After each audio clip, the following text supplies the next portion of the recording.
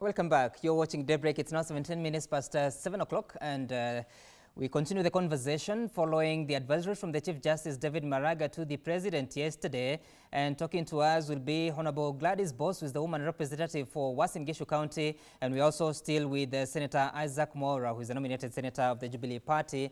But as we do so, I want us to start by looking at the road to where we are, by looking at some of the slides that we have and trying to understand where it all began. In June 2015, the High Court ordered the Attorney General and the Commission of Implementation of the Constitution to table bills before Parliament in 40 days, and the bills were to enact the two-third gender rule, but they were never enacted. Then in June 2006, the High Court ordered that the law be enacted to give effect to the two-third gender rule. Of course, that didn't happen. In March 2017, again, Parliament and the Attorney General were directed to enact the law within 60 days, and then that did not happen. Then in April 2019, the Court of Appeal dismissed an appeal of the National Assembly against the petitioners that wanted the Parliament compelled to go ahead and pass those bills. But again, so the appeal was by Parliament, but did not go in favor of Parliament. Then there were 6 petitions that were filed between 2018 and 2020.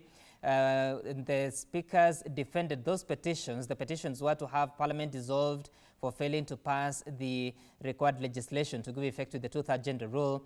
And the speakers of the Senate and the National Assembly indicated that there were special bills being considered before Parliament, one on special interest groups and the other one on constitutional amendment, but there appears not to be any report so far. So the Chief Justice summoned the Attorney General and the speakers of both houses to respond to the petitions by the 6, and the speakers filed their replying affidavits, but according to the Chief Justice, they did not file their written submissions after being given that chance, and therefore the speakers also dismissed the petition, saying that they were bad in law. Then the speakers feared that there would be violation of citizen rights, and these rights are those that every elected leader, or rather every citizen, is free to make a choice on who they want to be their leader.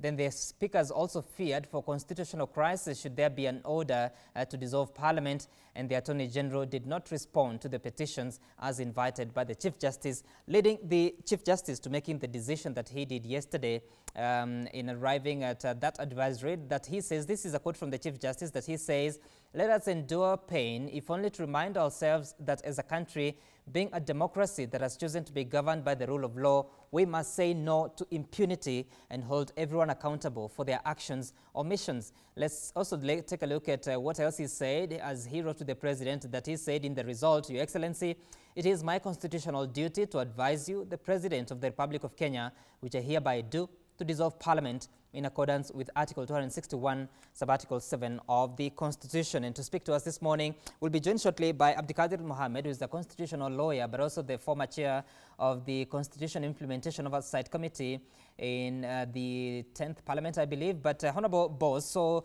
I heard you yesterday welcoming the decision. Of course, you had supported that petition by the Law Society of Kenya. Now, finally, the Chief Justice has made the decision. What do you think needs to happen in the next few days to weeks? I think it's rather clear that the President must dissolve Parliament.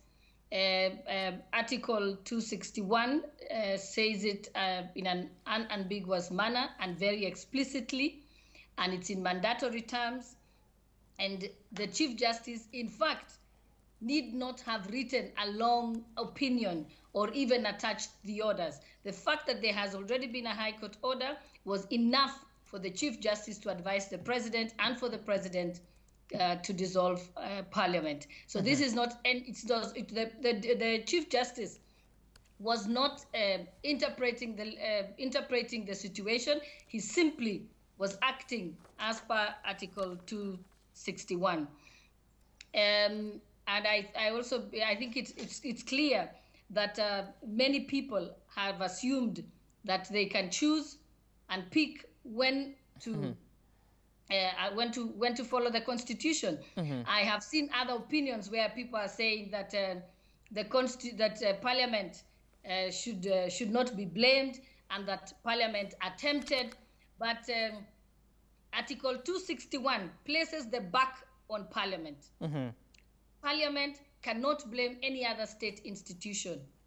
And it goes further even to say that the next parliament, after this one is dissolved, right, and it comes into office, they must, within the time frame set out in the 5th schedule, again implement it. So there is no limit to the number of times that parliament can be dissolved. It just tells you that the lawmakers were very clear about it.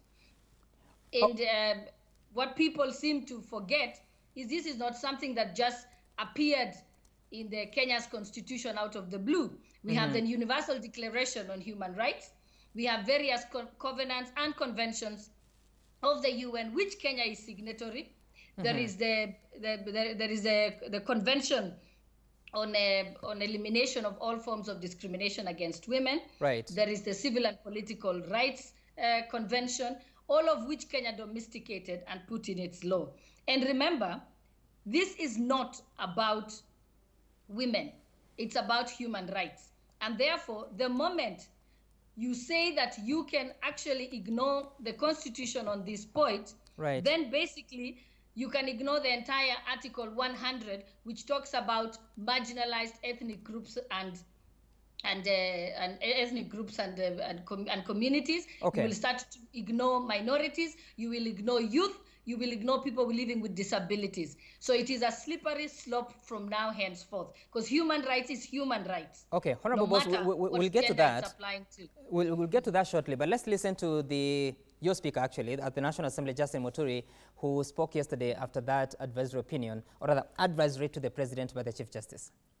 It is now it's discretion. But of course, before taking any action, it is important for everybody to look at whether this action is going to advance good governance, rule of law, or human rights. I have a number of issues which I've shared with him in the past, and unfortunately I'm told he has ignored all of them. And therefore it is unfair for the judiciary to single out Parliament as the one that has failed to enact any legislation. The other arms are not compliant. The cabinet isn't compliant with that principle, and it is appointive, it's not elective. I just wonder, somebody in the judiciary will be making that kind of decision when they have a Supreme Court which is not gender compliant, the apex court in the land. All right, Senator Mora is still on the line, but Honorable Boss, Senator Mora earlier on told us that it is not just Parliament that is not compliant, and I was doing my calculations, I was looking at the Cabinet. Out of the 21 Cabinet secretaries that hold certain positions, 7 of them are women, so that would appear to be a third. But if you were to incorporate Raphael Tuju, who is a Cabinet Secretary on need basis, was of the President, as well as the Attorney General, who is a man, the President and the Deputy, then that ratio is lost. But does this argument hold for a constitution that requires enactment of a legislation to give effect to the 2/3 gender rule? What is before the court, Sam, here, what is before us at the moment is an advisory opinion pursuant to a High Court order, which refers to Parliament. We are not, there has been decisions in the past that one by Justice Ongutu, where he said that the cabinet was unconstitutional and contravened the Constitution. It's also possible for someone else to go to court on the issue of the Supreme Court. And I think CRU had done that, and other women's rights organizations had done that in the past. And a time frame had been given. So let's not mix issues here. Article 261 just talks about Parliament. We can go to court on account of other institutions of government soon after this, or whenever we want to do that. So the fact that the cabinet has contravened the Constitution is not an issue to discuss at the moment. But this also goes to say, because this is not the first time that we are blatantly contravening the Constitution. When the President refused to appoint the 41 judges that had been nominated by the Judicial Service Commission, he was contravening the Constitution, and a court order said as much. Okay. When the President allowed the transfer of certain powers without the authority of the county government, as a county government, not the governor, to move to the executive, he was contravening the constitution.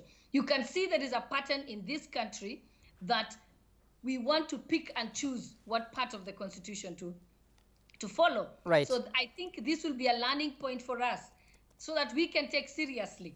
And everybody, the speaker included, all members of parliament, we took an oath of office to uphold, protect, and defend the constitution, knowing very well that there was Article 261, there was Article 100, and there was Article 94, and there was Article 98. We all knew that those articles were there, unless we thought we just do it for the sake of it. Honorable Boss, let me cut you short. Not even as a legislator, I'm speaking first as a lawyer, because I'm first a lawyer and an officer of the court before I am a legislator. Let me cut you short. I took an oath of office as an advocate of the High Court to uphold the Constitution. All right, upholding the Constitution indeed. And let me cut you short because you raised the question about the oath of office. Let's just listen to what the President said on the day of 28th of November 2017. I assume as President of the Republic of Kenya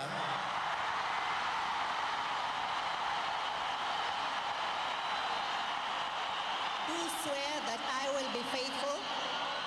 Do swear that I will be faithful And bear true allegiance. And bear true allegiance. To the Republic of Kenya. To the Republic of Kenya. That I will obey. That I will obey. Preserve.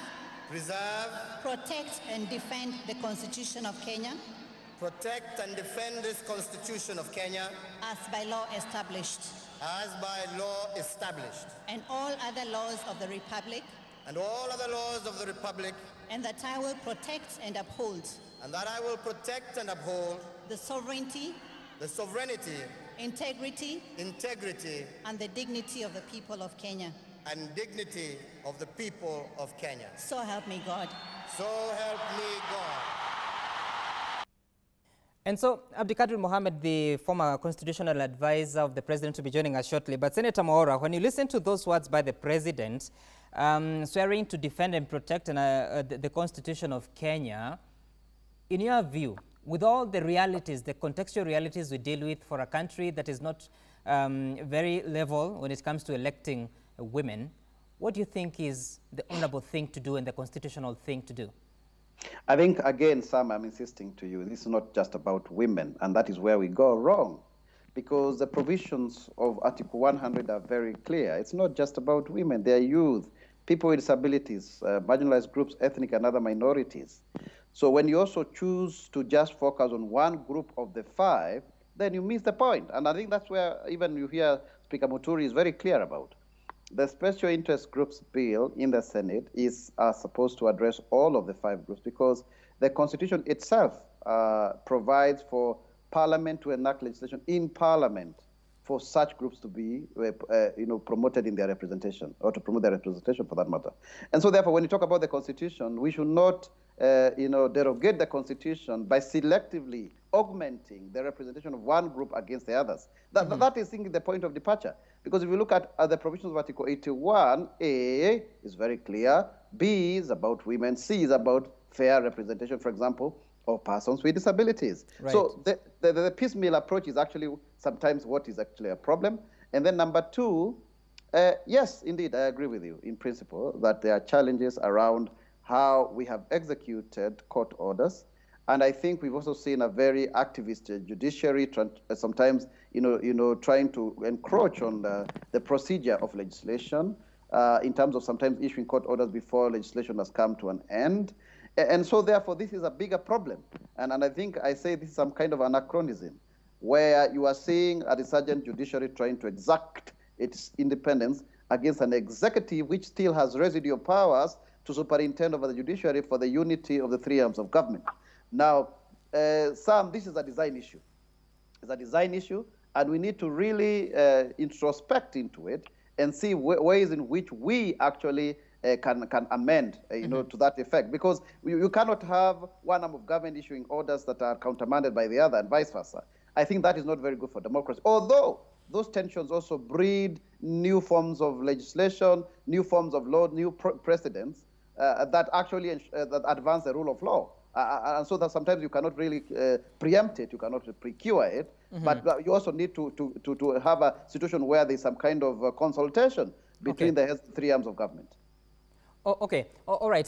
So Honorable Abdikadir Mohammed now joins us. He's a former constitutional advisor of the president, but also the former chair of the CIOC, a former chair of the CIOC.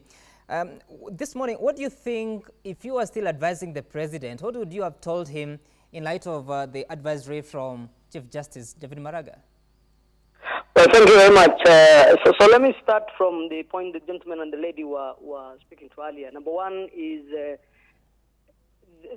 when the Constitution says X should be done, if you have an issue with X in terms of what X means or exactly what the boundaries of that directive are, the interpretation is what you are worried about. And the Constitution gives the key to who interprets. The Constitution is not interpreted by Parliament for the country or by the President for the country. Interpretation is in the jurisdiction of the courts. So the Constitution is what the courts say the Constitution is, not what I or Mheshimiwa Maura or the President feels or thinks. So once the court says X is the constitutional interpretation, we take it. If we have a problem with it, there are ways to deal with. You can appeal, you can go back to Parliament and create a new law. So that's the first one. The second, so to answer your question indirectly, the President must obey court orders. The second is, the reason why we are dealing with Parliament is because that's where the legislative mandate is. The Constitution has donated the people's sovereign mandate to make laws to Parliament, not to the President and not to you and I on the streets. So that's why we wanted implementation to be undertaken primarily by legislative process, which is in the domain of Parliament.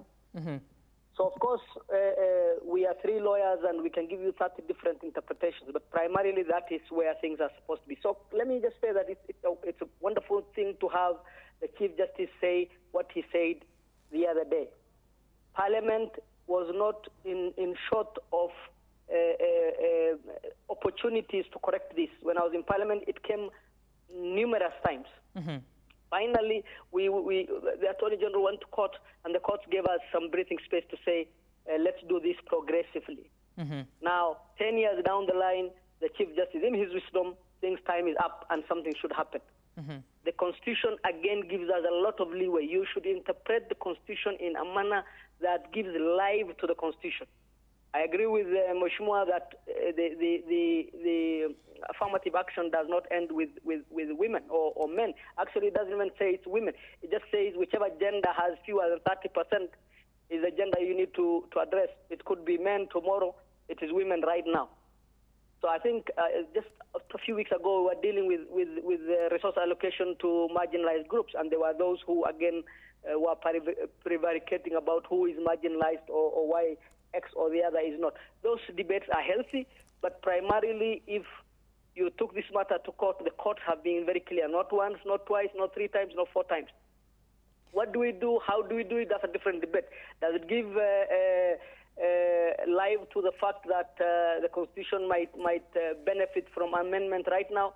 That is a debate that is germane. But as we speak now, it's a historic decision. As we speak now, the President, when we advised him, we asked him to obey the law. The President left the country and went to the ICC. That was a court order the President was obeying. The President Honorable Abdikadir presented himself for a second election. That was a court order the President was obeying. So the President has obeyed orders before. He also has disobeyed orders before, including the 41 judges that we discussed earlier. Okay, we'll get to that, but I'm lost somewhere. You're saying that he just needs to follow the court order. The Chief Justice has advised the President, and the Constitution provides that the President shall dissolve Parliament. And you also raised a question about Article 100. Yes, it's indeed not limited to women, but let me just read it. Promotion of representation of marginalized groups. Parliament shall enact legislation to promote the representation in Parliament of women, persons with disability, youth, ethnic and other minorities, and marginalized communities. But the Chief Justice was basing his argument on Article 27 that talks about the state shall take legislative and other measures to implement the principle that not more than 2/3 of the members of elective or appointive bodies shall be of the same gender. But to be specific, Honorable Abdikadir, so there's an advisory. Does the President have to follow what the Constitution says to dissolve Parliament, or is there a leeway that he can challenge that? Now, first of all, in terms of why not Article 100, that's because the petitioners, I believe, focused on the article he was focusing on. The Chief Justice didn't walk one day and decide, I'm going to give this advisory. There was a document before him that he was reacting to. The second is this was a device that was essentially for ensuring that when we were implementing the Constitution, we did not get certain arms of government torpedoing that process by not doing what they ought to do. Remember, we were coming from a history where the legislature or the judiciary or the executive had stopped or stymied constitutional development. If you recall, during our process, at one time, if you recall the Enjoyer case and a few others, the High Court had essentially stopped the process of constitutional making. If you recall our history, at one time, former President Moi disbanded the Bomas process. If you recall, the judiciary was an interested party in the constitutional process. And so when we're doing the process, we removed the mandate of most of those institutions from the constitutional process or superimposed other equivalents. So, for example, we had created a court equivalent to the High Court to do interpretation for the reform or review process, and removed the mandate of the High Court under the earlier Constitution so that that court does not stop. We put this at the constitutional level so that a president could not disband or Parliament could not disband without amending the Constitution, which was a higher threshold. So this is in line with those devices where essentially for Parliament, because majority of the legislative issues are parliamentary, where Parliament was being asked, pass all these laws, and our Parliament was not known then for, they have improved since, was not known then for passing very many laws. Pass all these many laws, because without these laws, we will not give life to the Constitution. And if you don't pass any of these laws within the required time, there has to be consequences. This is really the point. There has to be consequences. I have seen a debate about whether shall is compulsory or not. There's some new jurisprudence coming in from the West in terms of interpreting shall, not as lawyers in Kenya interpret it, but as normal English is interpreted, where it's not necessarily compulsory. From our legislative history, because when you're interpreting statute, you also look at the history of the circumstances that brought that word in. What was intended was compulsory. Now, there are no time limits. There are no time limits in the sense that it didn't say within 7 days, but usually it should be within reasonable time. The Constitution also says you should interpret it as circumstances require. That is the Constitution under 253. As circumstances require. So really we have sufficient leeway to do what is necessary if we are interested in giving life to the Constitution. So it's an important thing. It's a very drastic thing. It is really not something that should be done willy-nilly. But we have an opportunity. We have had an opportunity to do this, and it is for good. The reason why this is not going through is because Parliament has not had opportunity. It is not because it is wrong. All parliamentarians know it is right. But when you come to the National Assembly, there are vested interests. We have physical, geographical constituencies which are already existing. And the issue was, how do you get 30% more in the event? And we are all in the loop. The President, the Parliament, even the judiciary, the people of Kenya were the ones who failed to elect women to these offices in the first place. So we have a problem as a country, and this was supposed to be a solution. Honorable Dikadir, we'll come back to that. But Honorable Boss, so it appears that two of your co-panelists would appear not very keen on dissolution. But let me just ask you, because you appear pleased with the advisory, and you believe that shall means that the president should go ahead and do as stipulated in the Constitution. But is it a good decision for the country at such a time where we are, you know, the circumstances that we face of the coronavirus pandemic as enumerated by the speaker there? We have the realities of an electorate that is not really geared towards diversified kind of voting. You know the contextual realities. Would dissolution be the solution to this, what we face? You know, here we are talking about the supremacy of the Constitution, and that the power is derived from the people of Kenya. And Article 94 says that. But it goes on to say that Parliament shall protect this Constitution and promote democratic governance of the Republic. Democratic governance of the Republic means that you adhere to the Constitution. So you cannot begin to bring an economic argument or to bring whether it is it's convenient for us at the moment. That is not the argument here, because I could decide today, Sam, that it's not convenient for people to own private property. Therefore, let's take it away. That sanctity of private property is protected in the Constitution. And that is why it is very dangerous to begin to start that sort of arguments. The only argument is the Constitution says this and we must do it. When the Constitution said we must have 47 counties, we can't say, oh, it's too expensive to have governors and deputy governors, so let's do away with it. The Constitution, that is why the Constitution is the supreme law of the land. And when the Constitution was enacted, it clearly put in a time frame within which certain pieces of legislation must be enacted. It gave it from 1 year to a maximum of 6 years after an extension. It did not give us room to say, if we discover along the way that this is not convenient, then we can be able to get out of it. Remember, the Constitution also takes this so seriously that in Article 145(1), it provides that any member of Parliament, as long as they can get 1/3 of signatures from other members, can move a motion for impeachment of the president on the ground of gross violation of the Constitution or any law. That is how seriously. So therefore, not Parliament, not the head of state, not anyone, not the Inspector General or anybody, even a minister, can be impeached for gross violation of the Constitution. Right. And therefore, you'll see that read any chapter of the Constitution, there is consequences for not following or adhering or upholding. But Honorable Boss, can the president challenge this decision or advisory in the courts? Remember, he had an opportunity to challenge it when the matter was in court. Remember that the advisory opinion didn't just fall on his table.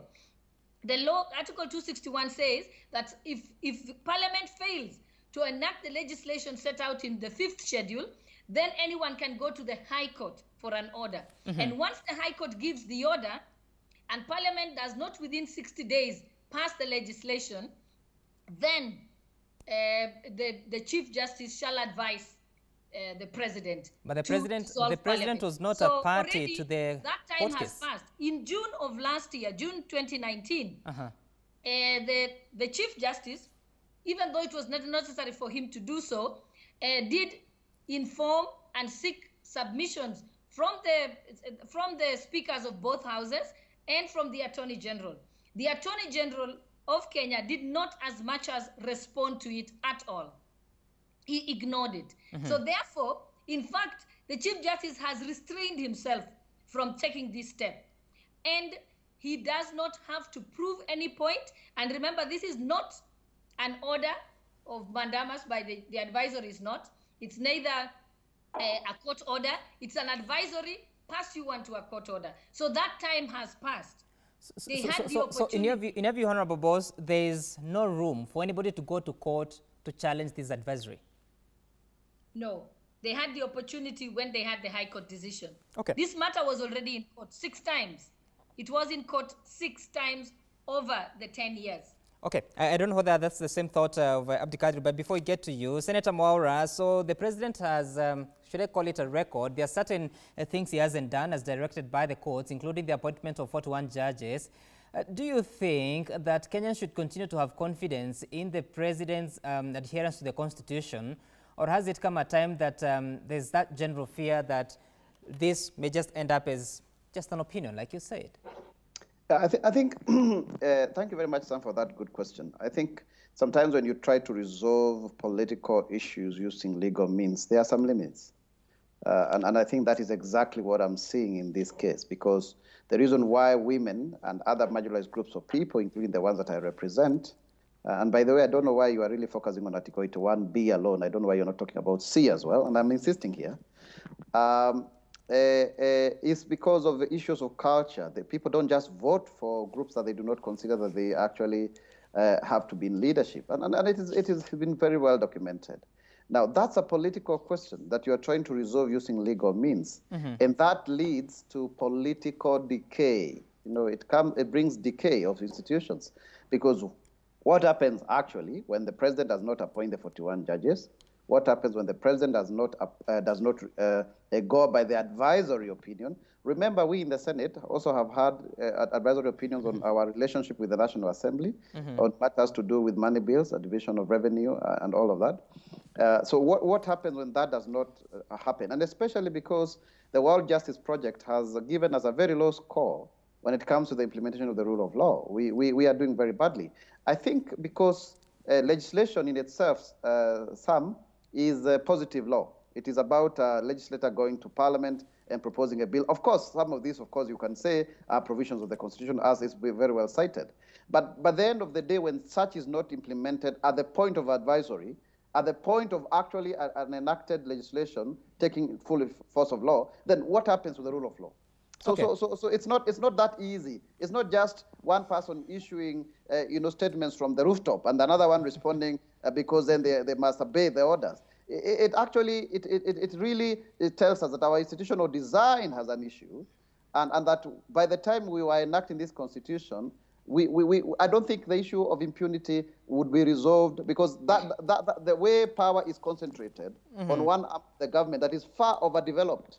The executive arm of parliament, of the government, sorry, I beg your pardon, is more overdeveloped in relation to the one of the legislature and the one of the judiciary. And okay. Why? Because it is the one that enforces law. All right, Senator. So when that enforcement cannot be guaranteed, where does that leave the rule of law? It just means like they're just mere suggestions. And then tomorrow, the president so said, so that then you don't just go straight to the person of the president. It's about the head of an institution, or the head of an arm of government. Okay. So that then reduces the effect of the rule of law. All right, Senator. Honorable Ricardo, I want you to have the final word on this. And so the Chief Justice is retiring in January next year. He might take terminal leave sometimes in December or November, so it's just about 2 months. But what do you think of his legacy? And do you think this decision, or this advisory and the decision the president makes, is going to, in a big way, define the Chief Justice's legacy, never mind the situation we find ourselves in, that 41 judges are yet to be appointed? So thank you very much. But again, I would like to just touch on 2 points. Number one is these institutions are supposed to check and balance each other. The judiciary is doing its part in checking the executive. The arm of government that is missing in action, that has abdicated its role of checking the executive, is Parliament. And Parliament is a very powerful arm. In fact, under the Constitution, it is the first institution. It is not the executive or the judiciary that comes first. Parliament comes first. They control the funds, they control legislation, they oversight. We in the 10th Parliament, I must say, did better than the current Parliament. They have the right to fire a president, or the power to fire a president. They have the power to fire ministers. They have the power to deny any institution resources. They have refused or fear using their powers. That is why the executive is very powerful. The second is, the reason why we're using legislation to correct this problem is because we have a cultural problem. And when you have a cultural problem, some of the devices you use are legal means. When we are told to stay at your home and don't come out for a curfew, because culturally or naturally human beings will be out in the evening drinking beer or enjoying themselves. The law is being used to correct or to get a desired effect. So really, that is why we are using the law, because we have a cultural problem in electing women. There is a law set under the Constitution that wants to help us along that way. That is why we're using the legislature or legislation. Finally, the Chief Justice, really, he's made two decisions which are historic. The first was to declare our elections at the presidential level null. Right. That was very historic. It's provided for in the Constitution. It's not something he created. This is also another historic decision. It's provided for in the Constitution. It's not him who wrote it into the Constitution. As the two good Waheshimiwa said, they have many of the people holding high office have sworn to uphold the law. This will help in the development of our law. This debate is there because of this issue. Our problem was, what do you do when powerful offices or powerful institutions refuse to obey? This is really the reason why this particular device came in, that if you are parliament and you refuse to do something within a specified time, there is a sanction that is possible against you. Remember, we also have recall clauses against members of parliament. This will help in making a reality the fact that you can hold high officials or powerful institutions to account. So this will help in our constitutional development. Finally, I meant 259(3). It says when our power is given to an office by the Constitution, it should be implemented or may be implemented as occasion requires. This is to give leeway. Constitutions are not rigid. They break when they are rigid. Or that you should interpret the Constitution in a manner that gives life to its meaning. Okay, all right. I disagree with Mheshimiwa Shol. You always have access to court. You could be told law. You have very many opportunities, but you always have access to go to court and say, by the way, what did you exactly mean when you said this? Or I have a problem with this. The court can tell you, no, we looked at this 6 times. We have told you many times, and we're telling you again. Go ahead and do your duty. Honorable Abdikari, thank you so much. Finally, we hear that there is that possibility of going to court to seek for further interpretation. Honorable Boss disagrees, says that this decision is final and binding on the president. Senator Maura thinks this is just a political decision sort of being made from someone standing on a high pedestal. Thank you for all of you for your time. The conversation continues. We'll continue to talk about the dissolution of Parliament as advised by the Chief Justice. And that's our time on this conversation. But up next is Willis Raburu. He'll be talking to Nikita Kering, I believe, who will be entertaining you with some of the tunes that she has done in the past few days. Back in a moment.